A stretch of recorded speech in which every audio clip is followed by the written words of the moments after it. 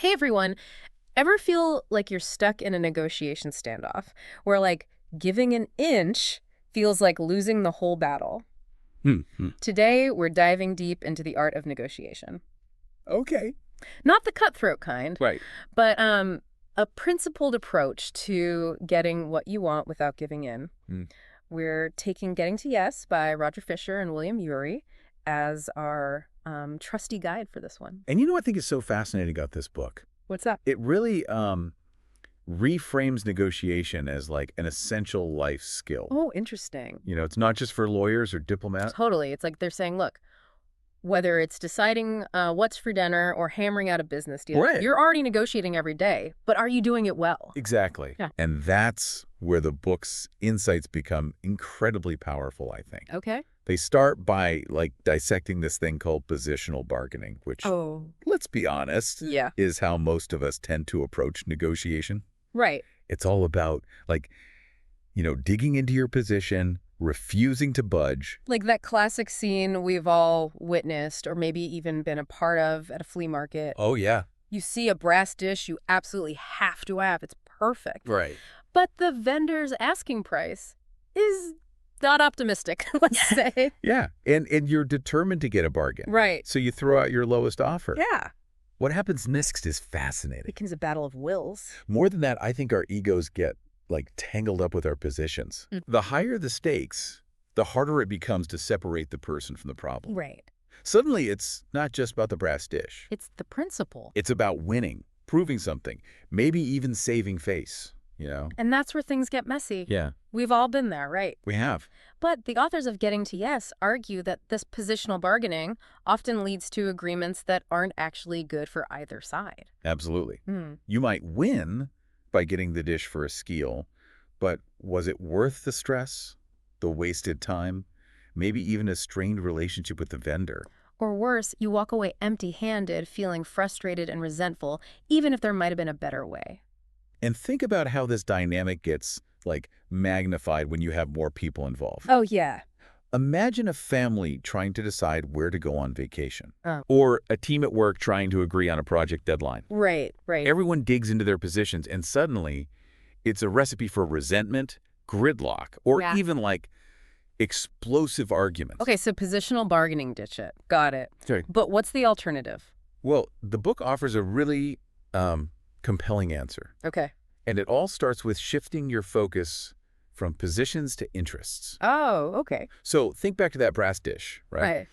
You might be fixated on a specific price. Yeah.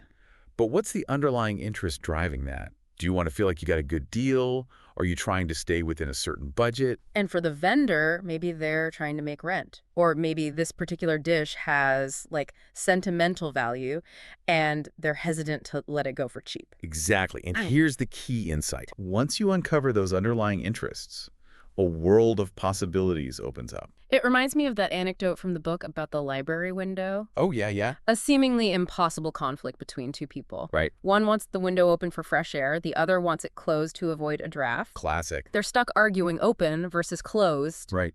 until someone asks why. Yeah. And suddenly, boom, the librarian realizes the person who wants the window open is craving fresh air, not necessarily that specific window being open. Right. So a window in another room gets open, fresh air comes in, no one's stuck in a draft, everyone wins. Everyone's happy. It seems so simple, but that shift from positions to interests is profound. It is. And this Yeah. is where I think Getting to Yes really shines, because it gives you practical tools to uncover those hidden interests. Give me the tools. One of the most powerful tools I think they offer is the concept of objective criteria. Okay, let's unpack this. Objective criteria, like some kind of neutral ground in the negotiation battleground. Precisely. Imagine instead of duking it out based on who can argue the loudest or hold out the longest, Yeah. you agree on some external benchmarks to guide your decision-making. So rather than me saying, this is what my old brass dish is worth, and the vendor saying, no way, it's worth double that, Right. we try to find a fair market value based on similar antique dishes. Exactly. You might consult an antique guidebook or look at recent sale prices online. Right. By agreeing on a source of objective criteria, you move away from a battle of wills and towards a more reasoned, collaborative approach. It's like you're saying, look, let's at least try to be objective about this, even if we don't agree on everything. And, the book gives this fascinating example of how objective criteria was used to navigate, like, incredibly complex negotiations. Okay. The law of the sea treaty. Wait, seriously. This little brass dish strategy helped shape international law. It's a fantastic example of how powerful this principle can be. Okay. You had something like 150 countries Mhm. all trying to figure out how to share the ocean's resources, fishing rights, mining I claims, can only imagine the arguments. all incredibly valuable and contested. Wow. But instead of endless haggling, they devised like an elegant solution based on objective criteria. Okay. One party would propose two different options for dividing up, say, mining sites, and the other party got to choose which option they preferred. So both sides had a say in the process, but the final decision was based on a predetermined objective mechanism. Exactly. Wow. It removed a lot of the potential for emotional standoffs and accusations of unfairness. That's brilliant. So we're seeing a pattern here. Move away from stubborn positions, Uh, uncover those deeper interests, and then use objective criteria to find fair solutions. This is already a game changer. Absolutely. So, And getting to yes goes even further, equipping you with even more tools and tactics. okay. But for now, let's pause here for a moment. Yeah, I think our listeners could use a minute to digest all this awesomeness. We've covered a lot of ground, but trust me, we're just getting started. So far, we've seen how getting to yes kind of challenges us to, like, rethink our whole approach to negotiation. Yeah. It's about moving beyond those rigid positions, Yeah. uncovering shared interests, Right. and finding those win-win solutions. And one of the most powerful tools for achieving those win-win solutions, I think, is understanding your BATNA. Yeah. I have to admit, when I first heard that acronym, I thought it sounded a bit, well, A bit technical. yeah, Hmm. maybe a little intimidating. But once I understood what it actually means, it was like a light bulb went off. Right. It stands for Best Alternative to a Negotiated Agreement. Okay. Basically, it's your plan B. It's about asking yourself, if this negotiation falls apart, what's my best option? Okay. And, having a strong BTNA is like having a secret weapon in your negotiation arsenal. So it's not just about hoping for the best. It's about knowing your options if things go south. Precisely. And the book makes this really interesting point. Okay. Having a strong BTNA isn't necessarily about being, like, rich or powerful in the traditional sense. Okay. They use this great example of a tourist trying to buy a brass pot from a street vendor in Mumbai. Okay, I'm intrigued. This sounds like one of those aha moments. Right. So the tourist might have more money, Right. but the vendor, they know the local market. Okay. They have a network of other buyers. They know what a fair price is. Right. And they're not afraid to walk away from a bad deal. So the vendors beat today, their ability to sell the pot elsewhere gives them more leverage. Yes. Even if they seem like the less powerful party in the negotiation. Exactly. It's a brilliant illustration of how understanding your BTNA can, like, shift the entire dynamic. It gives you confidence. It protects you from accepting a bad deal out of desperation. Right. And it allows you to negotiate from a position of strength. Okay, this is making a lot of sense. But how do we actually figure out our BTNA? Yeah. Give us the action plan. Getting to yes outlines. Like a Right. really clear process. Okay. First, brainstorm all your possible alternatives. Right. What could you do if this negotiation falls through? Okay. Don't censor yourself. Yeah. Just yeah. get all the ideas out on the table. I love a good brainstorming session. No idea is a bad idea at this stage. Exactly. Then, once you have a good list of options, you start evaluating. Okay. Which ones are actually realistic? Which ones have the most potential to meet your needs? Which ones have the least downside risk? So we're not just throwing spaghetti at the wall and seeing what sticks. We're strategically analyzing our options. And once you've done that analysis, you choose the best option. Yeah. And that becomes your BTNA. It's your fallback plan, your safety net. Right. And knowing you have it can, like, dramatically change how you approach the negotiation. I can see how that would be empowering. Even if you don't end up using your BTNA, just knowing it's there gives you a sense of control. Confidence. Confidence. Yeah. Absolutely. Yeah. It takes away that fear of, like, losing, Yeah. Yeah. because you always have a viable alternative. Okay, listeners, I have a feeling you're starting to see why we're so excited about this book, but getting to yes doesn't stop there. No. It goes on to address those situations where the other party might not be playing by the same rules. Right, because let's be honest. Yeah. Not everyone is interested in principled negotiation. Right. Some people are just determined to win at all costs, even if it means using manipulative tactics. And that's where negotiation jujitsu comes in.